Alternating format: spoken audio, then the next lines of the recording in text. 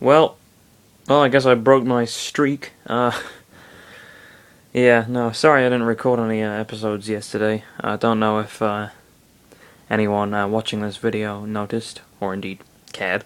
But yeah, no, I was in hospital actually. I won't go into that though. So where were we? So yeah, Lucario just decided to demonstrate how angry he was by fucking punching the ground and causing a massive fissure to fly up into the air. Okay, feeling extremely exalted, even more so with the muscle fact, Lucario struck the ground with a clean fist, causing a fissure to run up a good 40 feet from the ground over the wall and into the ceiling right above him. Ness and Chris felt the small trembling shaking of the floor that they gulped in unison. Lucario, careful! Chris scolded. That could have caused a cave-in! Lucario gasped and took his fist back, standing back up at full height. Sorry, I was a little ticked off, he said. Holy... Ness gulped, examining the fissure in front of him, and so did an astonished Paula. This was a severe contrast to what he had fought before he got caught. Angry ladies, rabid dogs, animated mushrooms, and new age retro hippies. Why is it capitalized? Is that their official title? New age retro hippies? That's a pretty good title. I'd like to be a new age retro hip. No, I wouldn't actually, because they're kind of, you know. I don't mean to be judgmental or anything, but you know they're the scum of the earth. Just kidding. I have nothing against new age retro hippies. Oh, actually, that's what he says. Did I say weak? No. I meant to say the enemy is weak against you. You didn't say any of that before, pointed out Lucario. Don't punch me, please, Ness finally said, just to be sure. Anyway, Paula began, still examining the fissure, I'm still not convinced if we should let you come with us. We shouldn't stray too much from the prophecy by getting too much outside help. Ness walked to her side. Well, let's just pretend they'll help us to a certain point, he suggested. But what's this about other enemies who barred Juff's way? I've got no idea, Juff said. It's safer if we let them come. Please, you two, Lucario alone gave me a bunch of experience without me or Chris lifting a finger. When did he get any experience? Chris thought in confusion. How can he even tell?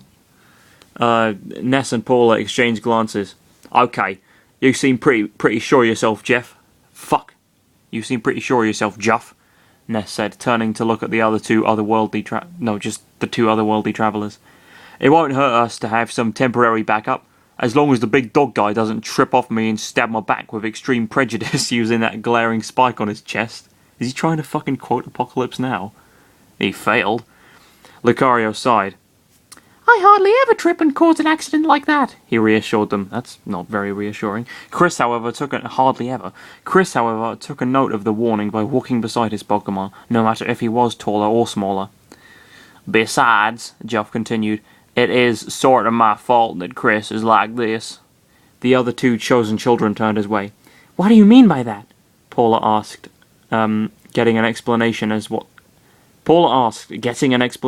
what had happened on the way to Threed. A bomb blew up and it turned Chris into a boy? Somehow, that doesn't sound too surprising to me, Ness said, blinking twice with a blank look. Both Chris and Lucario stared, not believing how he didn't take it that badly. I know those looks, you two.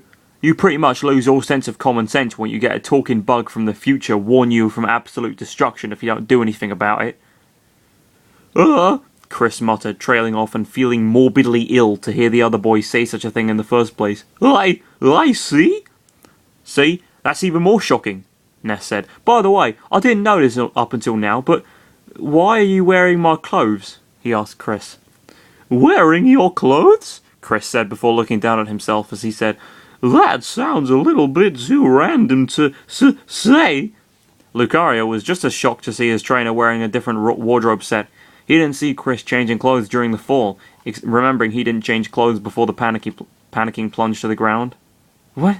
But he heard Master Hand say that Chris would change his clothes every time he changed his job.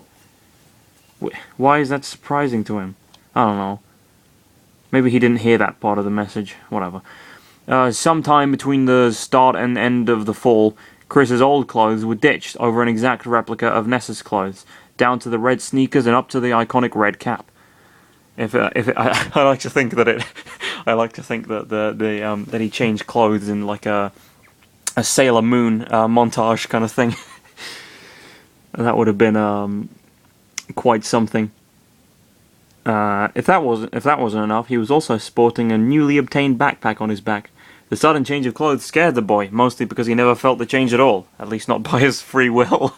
Fucking Master Hand strips him naked and changes his clothes for him. That's, 11-year-old boy. Yeah, it's, maybe, I don't know. It's probably considered a little unconventional by a lot of people. An unusual practice, you might say. Don't know. I ain't gonna judge, but maybe let the kid know before you fucking take off his clothes and replace them with some others. Without his consent. That's yeah. The only reasonable explanation Chris could come up with was Lucario.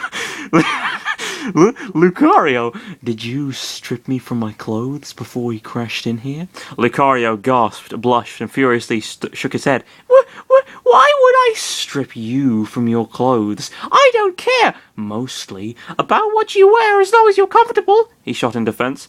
Well, where are my other clothes, then? How should I know? Maybe they are back in that ship. Chris looked behind into the scrapped Skyrunner. Reluctantly, he got inside the wreckage and tried to find his old clothes around the debris. But it was useless. His old clothes were gone forever. There was no way the clothes magically floated off and fell down somewhere. Giving up on his hasty search, the defeated boy walked back to Lucario's side. They're gone, he said. My old clothes are gone. So, did they both forget what Master Hand said? Am I the only one who remembered? Whatever. I'm not sure what's going on with you, Paula commented from her spot. And frankly speaking, I don't see how we should just discuss a topic about lost clothing right now in this dinky place. Dinky place.